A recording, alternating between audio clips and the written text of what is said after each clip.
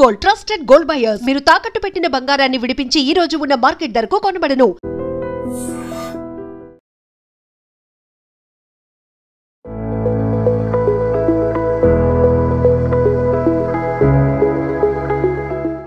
Hello viewers, welcome to ideas media.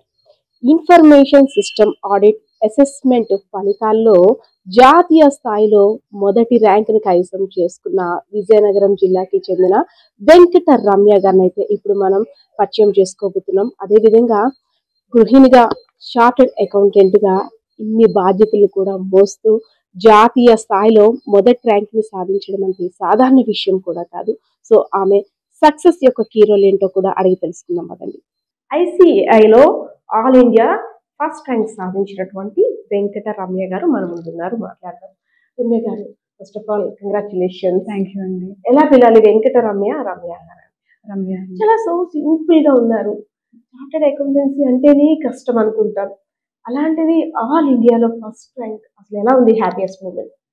చాలా చాలా సంతోషంగా ఉందండి.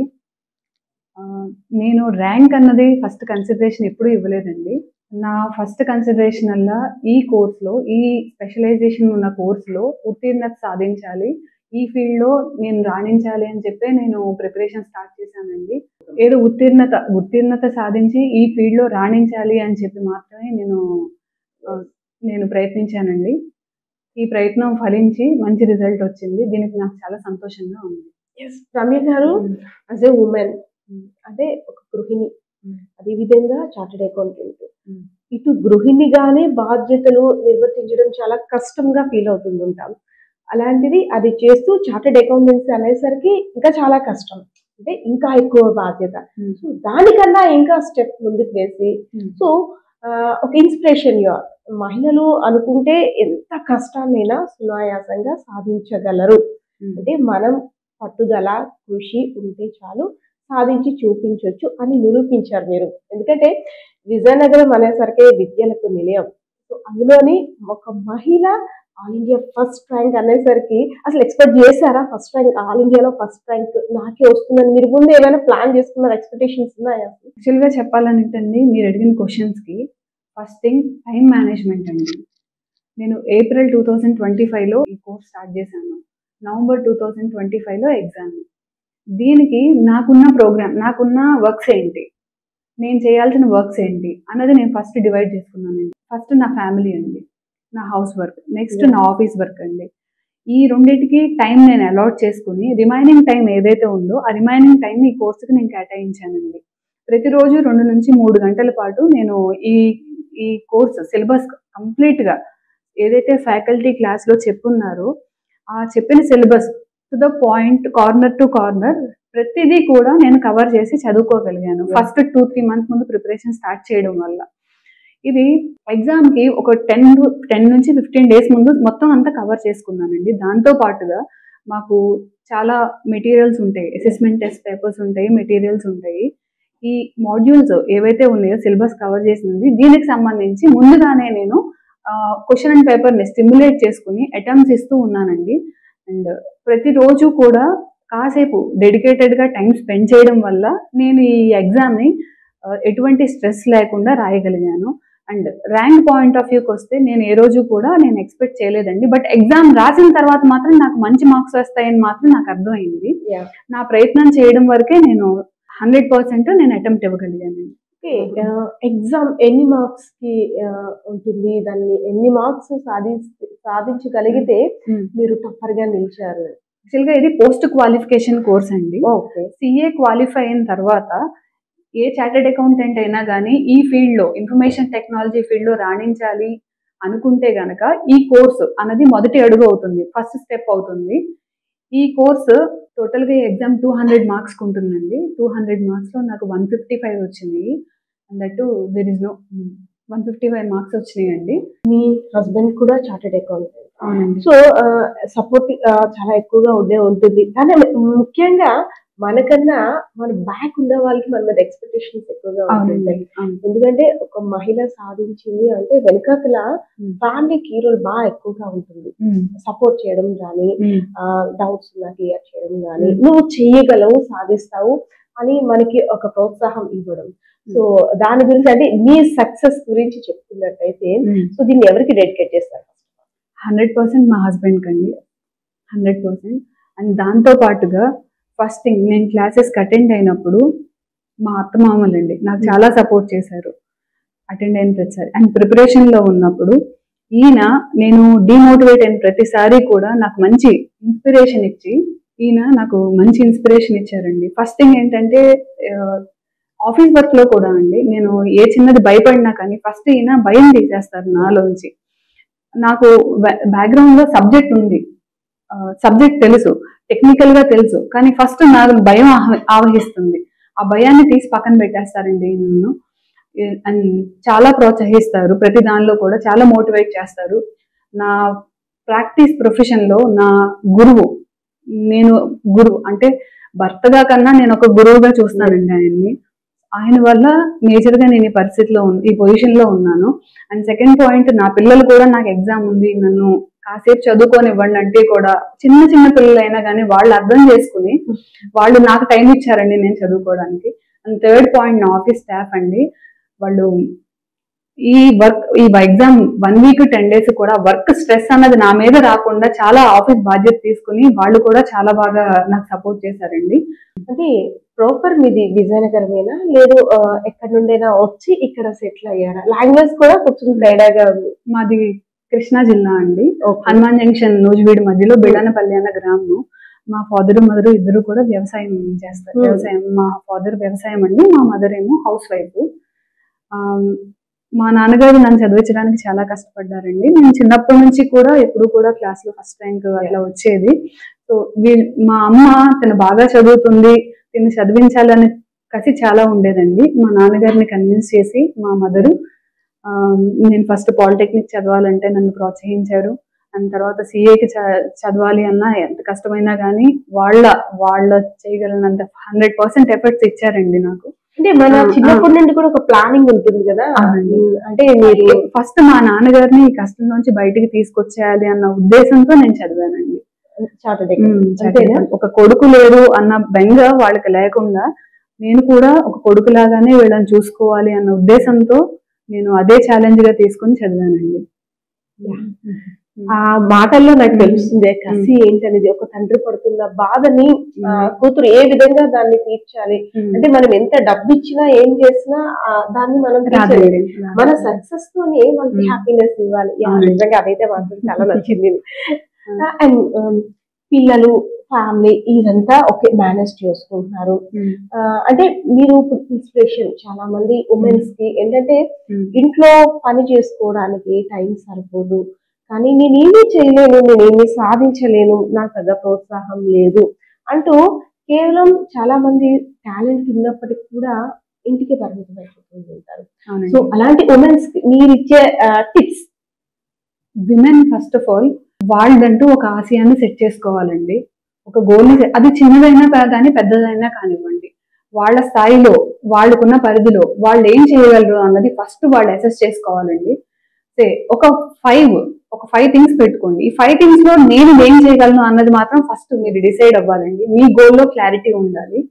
ఆ గోల్ క్లారిటీ వచ్చిన తర్వాత దీన్ని మీరు ఫ్యామిలీని కన్విన్స్ చేసి, ఒకవేళ ఫ్యామిలీ సపోర్ట్ లేకపోయినా కానీ మీరు ఫ్యామిలీని కన్విన్స్ చేసి మీ గోల్ ని మీరు అచీవ్ చేయడానికి నిరంతరమైన కృషి, పట్టుదల, శ్రద్ధ, ఓపిక, ఈ 4 ఖచ్చితంగా, ఈ 4 లక్షణాలు ఉంటే ఏ పనైనా మీరు సాధించగలరండి. వీటన్నిటితో పాటుగా టైం మేనేజ్మెంట్ అండి. మీకున్న పనుల్ని డివైడ్ చేసుకుని హౌస్ వర్క్, ఆఫీస్ వర్క్, మీరు చేసే ప్రొఫెషన్ ఏదైతే ఉందో అది, మీ పిల్లలు, ప్రతిదానికి కూడా టైం కేటాయించుకుని ఆ టైంకి తగ్గట్టుగా మీరు మీ వర్క్ ని ఎగ్జిక్యూట్ చేసుకుంటూ ఉంటే మీరు అనుకున్నది ఏదన్నా సాధించగలరండి. మీరంతా కూడా స్టార్టింగ్ నుండి కూడా తెలుగు మీడియం, అందులోని గవర్నమెంట్ స్కూల్లోనే చదివారు. చాలా మంది అంటే ఫస్ట్ ప్రీ ప్లాన్డ్ గా ఉంటారు, పెద్ద స్కూల్లో చదివితేనే చదివి, నాకు చిన్నప్పటి నుండి నాకు దాని గురించి అవగాహన లేదు, పెద్ద స్కూల్లో చదువుంటే నేను ఇంకా బాగా సాధించాను. కానీ అంటే ఆ డిఫరెన్స్ అనేది ఉంటుందా? పెద్ద స్కూలు, చిన్న school, private school, government school అనేసి అనేది అసలు దాన్ని మనం తీసేయాలంటే ఎలా మనం ముందుకు ప్రొసీడ్ అవ్వాలి? ఒకటేనండి, నేను నమ్మేది ఒకటేనండి. చిన్న స్కూల్ అయినా పెద్ద స్కూల్ అయినా ఎంతో మంది ఉన్నారండి. చిన్న స్కూల్ నుంచి వచ్చి సక్సెస్ సాధించిన వాళ్ళు ఎంతో మంది ఉన్నారు. అంతా కూడా మనలోనే ఉంటుందండి. పవర్ మొత్తం మనలోనే ఉంటుంది. సాధించాలి అన్నా మనమే, ఓడిపోవాలి అన్నా మనమే. అది కార్పొరేట్ స్కూల్లో కానివ్వండి, గవర్నమెంట్ స్కూల్ కానివ్వండి, మీకు చదవాలి అన్న కసి ఉండాలి. ఆ కసి లేకపోతే ఎవరు ఏం చేయలేరండి. ఎదుటి వాళ్ళు దాన్ని ఎన్కాష్ చేసుకోవడం తప్పితే, ఒకవేళ మీకు కసి లేదు, కార్పొరేట్ స్కూల్లో చదువుతున్నారు, లేదంటే పెద్ద పెద్ద స్కూల్స్ లో చదువుతున్నారు అంటే ఎదుటి వాళ్ళు దాన్ని ఎన్కాష్ చేసుకుంటారు. మీకున్న రీసోర్సెస్ ని ఎన్కాష్ చేసుకుంటారు, కానీ మీరు మాత్రం సక్సెస్ సాధించలేరు. కానీ మీరు సక్సెస్ సాధించాలి అంటే మాత్రం ఖచ్చితంగా మీకు 100% విల్ పవర్, ఒక ఆశయం అంటూ పెట్టుకోవాలి. ఆశయానికి తగ్గట్టుగా మీరు ప్రయత్నం చేయాలి. చేస్తే ఖచ్చితంగా విజయం సాధిస్తారు. ఎస్ రమ్య గారు, ఫస్ట్ ర్యాంక్ ఆల్ ఇండియాలో ఫస్ట్ ర్యాంక్ అని రాగానే మీ యాంగ్జైటీ ఫీలింగ్ కన్నా ఫస్ట్ మీ హస్బెండ్, అదే విధంగా ఫ్యామిలీ మెంబర్స్, మీ అత్తయ్య గారు, మామయ్య గారు, వెంటనే మన రిలేటివ్స్ చెప్తాం, అలాగే మన పేరెంట్స్ కూడా చెప్తాము. సో వాళ్ళ నుండి ఫస్ట్ మీకు వచ్చిన విషెస్ ఎలా ఉన్నాయి? అవి స్వీకరించిన తర్వాత మన మనసులో ఏదో సాధించాం అంటే అదొక ఆనందం చెప్పలేనిది, అది మాటలు కూడా.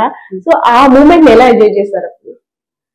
ఫస్ట్ రిజల్ట్ వచ్చిన వెంటనే అండి, నేను సాధించి నేను ఆనందం పడిన దానికన్నా వాళ్ళ కళ్ళల్లో ఆనందం చూసి నా మీద నాకు చాలా నమ్మకం పెరిగిందండి. ఎస్, నేను ఈ పని చేయగలను, నేను ఏ పని అయినా కానీ ఒక నిబద్ధతతో చేస్తే నేను విజయం సాధించగలను, నా మీద నాకు నమ్మకం కలిగింది. టార్గెట్ రీచ్ అయ్యే సమయంలో మనం అనుకునేది సాధించాలి అని ఒక కసిలోని చిన్న చిన్న ఫ్యామిలీ ప్రాబ్లమ్స్ అన్ని వస్తుందంటే, నాకు టైం కేటాయించట్లేదు, పిల్లల్ని పట్టించుకోవట్లేదు అనేసి, అలాంటివి చిన్న చిన్న కామన్, అంటే ఇంట్లోనైనా అవి కామన్. అలాంటివి ఏమైనా ఎదురయ్యాయా? అసలు 1% కూడా నాకు నా ఫ్యామిలీ మెంబర్స్ కానీ నా స్టాఫ్ కానీ అవకాశం ఇవ్వలేదండి. నాకన్నా ముందు నా ఎగ్జామ్ ఉందని చెప్పి వాళ్ళ ప్లానింగ్ ని అడ్జస్ట్ చేసుకున్న రోజులే చాలా ఉన్నాయండి. మా ఫ్యామిలీలో అంత మంచి ఫ్యామిలీ సపోర్ట్ నాకు ఉండబట్టి నేను మామూలుగా అయితే నేను జస్ట్ పాస్ అయ్యేదాన్ని అండి. ఇదే అటెంప్ట్ నేను ఇస్తే జస్ట్ పాస్ అయ్యేదాన్ని. కానీ వీళ్ళ సపోర్ట్ వల్లే నేను టైం స్పెండ్ చేసి చదవగలిగానండి. అది లేకపోతే, వీళ్ళు నాకు ఆ ఇంపార్టెన్స్ ఇవ్వకపోతే నా ఎగ్జామ్ కి, నేను ఈ రోజు ఇది సాధించేదాన్ని కాదు. రమ్య గారు సో లక్కీ, ఎందుకంటే స్టాఫ్, అదేవిధంగా కిడ్స్ ఆల్సో అవునండి, మీ గురించి అర్థం చేసుకొని డిస్టర్బ్ చేయకుండా. సో ఇప్పుడు నెక్స్ట్ అంటే చాలా మందికి చార్టర్డ్ అకౌంటెన్సీ వరకే తెలిసి ఉంటుంది. ఇప్పుడు దీని తర్వాత ఎలా ఉండబోతుంది మీ వర్క్ స్టైల్ అనేది? ఇప్పుడు చార్టర్డ్ అకౌంటెన్సీ కోర్స్ చేసిన తర్వాత చాలా మంది జాబ్ ఆపర్చునిటీస్ చూసుకుంటారండి. అండ్ ప్రాక్టీస్ ప్యాషన్ గా ఉన్న వాళ్ళు ఎవరైతే ఉన్నారో వాళ్ళు ఈ కోర్స్ ఖచ్చితంగా చేస్తే వాళ్ళకి ఇన్ఫర్మేషన్, ఇప్పుడు చిన్న బిజినెస్ ఆర్గనైజేషన్ దగ్గర నుంచి పెద్ద పెద్ద బ్యాంక్స్ అండ్ కార్పొరేట్ సెక్టర్స్, ప్రతి ఒక్కళ్ళు కూడా ప్రతి ట్రాన్సాక్షన్ ని, అదే it may be financial transaction, non financial transaction, ప్రతి దాన్ని కూడా వీళ్ళు ఆన్లైన్ కంప్యూటరైజ్ చేస్తున్నారు. ఇన్ఫర్మేషన్ మొత్తం కంప్యూటర్ రిసోర్సెస్ ద్వారానే గ్యాదర్ చేస్తున్నారు. ఇటువంటి టైంలో సైబర్ సెక్యూరిటీ రిస్క్స్ ఉన్నాయి. అండ్ గవర్నెన్స్ పాయింట్ ఆఫ్ వ్యూలో కూడా చాలా ఛాలెంజెస్ ఉంటున్నాయండి. వీటన్నిటినీ కూడా ఇప్పుడు ఆడిటర్ అనేవాళ్ళు ఒక బిజినెస్ లో ఉన్న రిస్క్లు ఏంటి అన్నది ఐడెంటిఫై చేసి దానిలో ఉన్న స్టేక్ హోల్డర్స్ మొత్తానికి కూడా వాళ్ళ ఒపీనియన్ ని ఎక్స్ప్రెస్ చేయాలి. ఇది ట్రూ అండ్ ఫెయిర్ వ్యూ ఉందా లేదా అన్నది. మా వే ఆఫ్ డూయింగ్ ఆడిట్ అన్నది మాన్యువల్ అకౌంట్స్ నుంచి కంప్యూటరైజ్ అయ్యింది. సో దీనికి తగ్గట్టుగా స్కిల్ అప్గ్రేడ్ చేయడానికి మా institute of chartered accountants of India వాళ్ళు ఈ కోర్స్ ని లాంచ్ చేశారు. సో ఫస్ట్ ఈ కోర్స్ అన్నది మాకు ప్రాక్టీస్ చేద్దాం అనుకున్న వాళ్ళకి ఒక స్ట్రాంగ్ ఫౌండేషన్ అవుతుంది. ఈ స్టేజ్ నుంచి ఇన్ఫర్మేషన్ టెక్నాలజీకి సంబంధించి ఎవరైతే కంప్యూటరైజ్ చేస్తున్నారో వాళ్ళందరికీ కూడా నేను ఆడిట్ సర్వీసెస్ ప్రొవైడ్ చేసే ఛాన్స్ నాకు ఇంకెక్కువ, ఆ అవకాశాలు ఇంకెక్కువ ఉంటాయండి. అంటే చార్టర్డ్ అకౌంటెంట్ వరకే చాలా మందికి అవగాహన ఉంటుంది. దాని తర్వాత అంతకన్నా పెద్దది ఇంకేంటి అనేసి, ఇప్పుడు బ్యాంక్ వచ్చిందంటే అదేంటి గవర్నమెంట్ జాబ్ వస్తుందా లేదంటే ఏంటని కొన్ని క్వశ్చన్స్. ఇన్ఫర్మేషన్ టెక్నాలజీ రంగంలో మెయింటైన్ చేసే ఇన్ఫర్మేషన్ సిస్టమ్స్ ఏదైతే ఉన్నాయో ప్రతి ట్రాన్సాక్షన్ ని కూడా ఒక ఆడిట్ ట్రైల్ అంటూ ఉంటుంది. ఆ ఆడిట్ ట్రైల్ ప్రాపర్ గా మెయింటైన్ అవుతుందా లేదా, వీళ్ళ బుక్స్ ఆఫ్ అకౌంట్స్ ప్రిపేర్ చేసే విధానంలో ట్రూ అండ్ ఫెయిర్ వ్యూ ఉందా, ఏదైనా మోసాలు జరుగుతున్నాయా కంపెనీస్ లో, ఇవన్నీ కూడా మాన్యువల్ దగ్గర నుంచి సిస్టమైజ్ అయినాయండి అన్ని. సో వీటన్నిటిని ఈ మారుతున్న టెక్నాలజీకి తగ్గట్టుగా మా స్కిల్ అండ్ నాలెడ్జ్ అప్గ్రేడ్ చేసుకుని మా ఆడిట్ చేసే అప్రోచ్ ని మార్చడానికి అని చెప్పి ఈ కోర్స్ ఇంట్రడ్యూస్ చేశారండి. సో దీనికి తగ్గట్టుగానే కంపెనీస్ ఏవైతే ఉన్నాయో అవి అండ్ కార్పొరేట్ సెక్టర్స్, బ్యాంక్స్, వీటన్నిటికీ కూడా మా మా సర్వీసెస్ దీనికి ఈ సెక్టర్ కి సంబంధించి మేము ప్రొవైడ్ చేయాలండి. వెంకట రమ్య గారు అనుకున్నది సాధించేస్తారా? ఇంకా సాధించాల్సింది ఏమైనా ఉందా? సాధించాల్సింది అయితే చాలా ఉందండి. ఇంకా ఇది నేను తీసుకున్నది అయితే ఫౌండేషన్, ఇది నాకు first step towards my journey. And దీని తర్వాత ఇంకా అడ్వాన్స్డ్ కోర్సెస్ చాలా ఉంటాయి. And artificial intelligence, cyber security, data analytics ఇట్లా చాలా ఉంటాయండి. సో ప్రతి ఫీల్డ్లో ఈ ఫీల్డ్కి సంబంధించి ఇలాంటి రంగంలో కూడా నేను ఫర్దర్గా ముందుకు వెళ్ళి అండ్ మంచి మంచి కార్పొరేట్ సెక్టార్స్కి అండ్ బ్యాంక్స్కి అలానే డిఫరెంట్ ఆర్గనైజేషన్స్కి కూడా నా సర్వీసెస్ నేను ప్రొవైడ్ చేద్దామని నా గోల్ అండి. ఒకప్పుడు చార్టర్డ్ అకౌంటెంట్ సిఏ అనేసరికి చాలా ప్రౌడ్ గా నేను ఎలా అయినా చేయాలి, సాధించాలని, అంటే ఒక కొంత కాలం క్రితం ఒక 4-5 years బ్యాక్ అలా చాలా యాంగ్జైటీగా ఉండేవారు చేయాలని. కానీ ఇప్పుడు ఏంటంటే భయపడిపోతున్నారు, మనం సాధించగలమా? యూత్ ఏంటంటే ఫస్ట్ అసలు స్టెప్ వేసుకున్న దగ్గర నుండే ఇంకా అక్కడే ఆగిపోతున్నారు భయంతో. సో దానికి సంబంధించి ఫస్ట్ ఆఫ్ ఆల్ అసలు చార్టర్డ్ అకౌంటెన్సీకి స్టార్టింగ్ నుండే స్టెప్స్ వేయాలంటే ఫస్ట్ యూత్ లో ఎలాంటి భయం ఉండకూడదు? ఫస్ట్ థింగ్ అండి, 10th క్లాస్కి వచ్చిన తర్వాత ఇక్కడ 2 రకాలు ఉన్నాయండి. వీళ్ళు ఏం ఆలోచిస్తున్నారు, సొసైటీ ఏం ఆలోచిస్తుంది, ఈ 2 ఉంటాయి టాపిక్స్ ఇక్కడ. ఫస్ట్ థింగ్, కొంతమంది పేరెంట్స్కి ఎడ్యుకేషన్ నెక్స్ట్ ఏం చేయాలి అన్నది అవగాహన ఉండదు. వీళ్ళు ఏం చేస్తారు, స్కూల్స్లో వాళ్ళ ఫ్యాకల్టీ కానివ్వండి లేదంటే బయట నుంచి వచ్చిన ఫ్యాకల్టీ కానివ్వండి వీళ్ళని మోటివేట్ చేస్తారు. ఫస్ట్ ప్రిఫరెన్స్ ఐఐటి, జేఈ కాస్త మెరిట్ స్టూడెంట్ అయితే, ఇఫ్ నాట్ ఇంజనీరింగ్ ఏదో ఒక మంచి కాలేజ్ ఏదో ఒక మంచి కోర్స్ తీసుకుని ఇంజనీరింగ్ అయిపోతే జాబ్ వచ్చేస్తుంది, జాబ్లో సెటిల్ అయిపోతాం. ఇది ప్రతి 100 స్టూడెంట్స్ లో 80 స్టూడెంట్స్ టు 90 స్టూడెంట్స్ ఇదే పద్ధతిలో వెళ్ళిపోతున్నారండి. కానీ ఇది ఎందుకు వెళ్తున్నారు, ఇక్కడ కాలేజెస్ ఏవైతే వీటి మీద ఆధారపడి ఉన్నాయో వాళ్ళు చేసే మార్కెటింగ్ ద్వారా ఆ మార్కెటింగ్ కి వీళ్ళు ఇన్ఫ్లుయెన్స్ అయ్యి ఓహో ఇదే మన డెస్టినేషన్ అని చెప్పి పిల్లలు డిసైడ్ అయ్యి అక్కడ వెళ్తున్నారండి. కాస్త నాలెడ్జ్ అప్లై చేసిన పేరెంట్స్ అయితే మాత్రం డైవర్ట్ అవుతున్నారండి. అయితే ఇక్కడ మా బాబు ఏది ఇష్టమైతే అది చదువుతాను అది చదవాలి అన్న కాన్సెప్ట్ లో పేరెంట్స్ ఉంటున్నారండి. ఎస్, ఇష్టం ఉన్నది చదవాలి, పేరెంట్స్ ఇష్టం ఉన్నదే చదవాలి, కానీ వాళ్ళ ఇష్టం ఏంటో వాళ్ళకి తెలియాలి కదా, అక్కడ క్లారిటీ మిస్ అవుతుందండి. ఈ ఇష్టానికి వదిలేయడం వల్ల మార్కెటింగ్ ఇన్ఫ్లుయెన్స్ లో వీళ్ళు పడి వీళ్ళ ఇష్టాన్ని వీళ్ళు మార్చుకుంటున్నారండి. సో ఇప్పుడు ఈ జనరేషన్ లో పిల్లలు, స్టూడెంట్స్, సోషల్ మీడియా చాలా ఉందండి.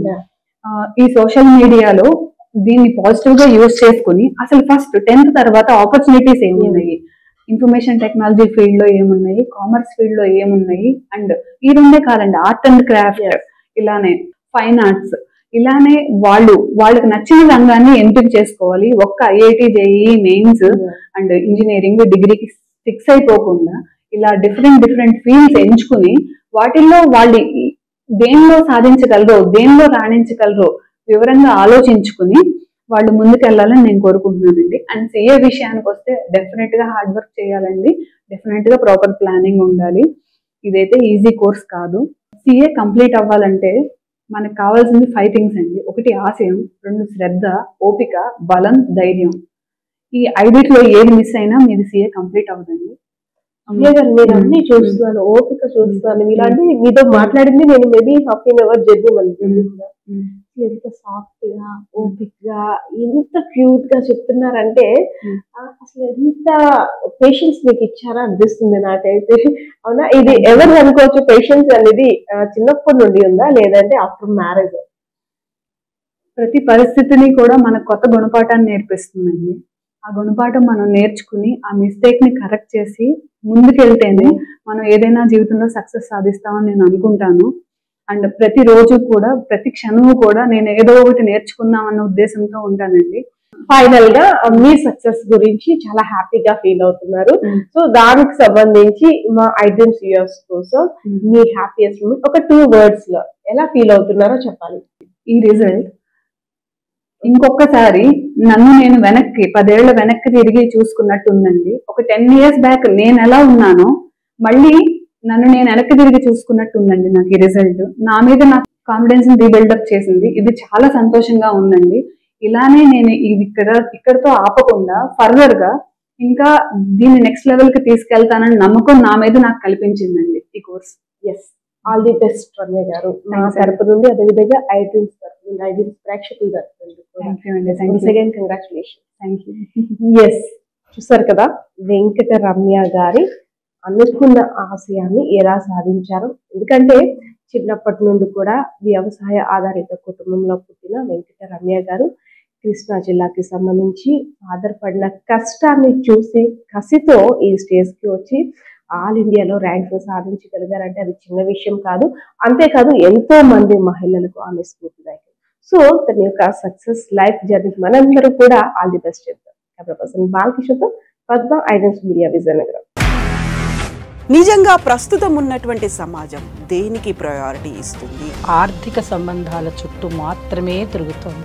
మళ్ళీ ఎన్నికలంగానే చాలా విరక్తి కలుగుతాను. మంచి అనిపిస్తుంది కదా, లేడీస్ కూడా ఛాలెంజింగ్ జాబ్స్ చేసినప్పుడు చాలా బాగుంటది. ట్రాఫిక్ అసిస్టెంట్స్ గా నియమించిన ట్రాన్స్జెండర్స్ అందరితో సాల్యూట్ చేయించుకుంటున్నారు. ఫుడ్ డెలివరీ ఇవ్వటానికి వెళ్ళినటువంటి డెలివరీ బాయ్ అనిల్ పై కళ్ళ ముందు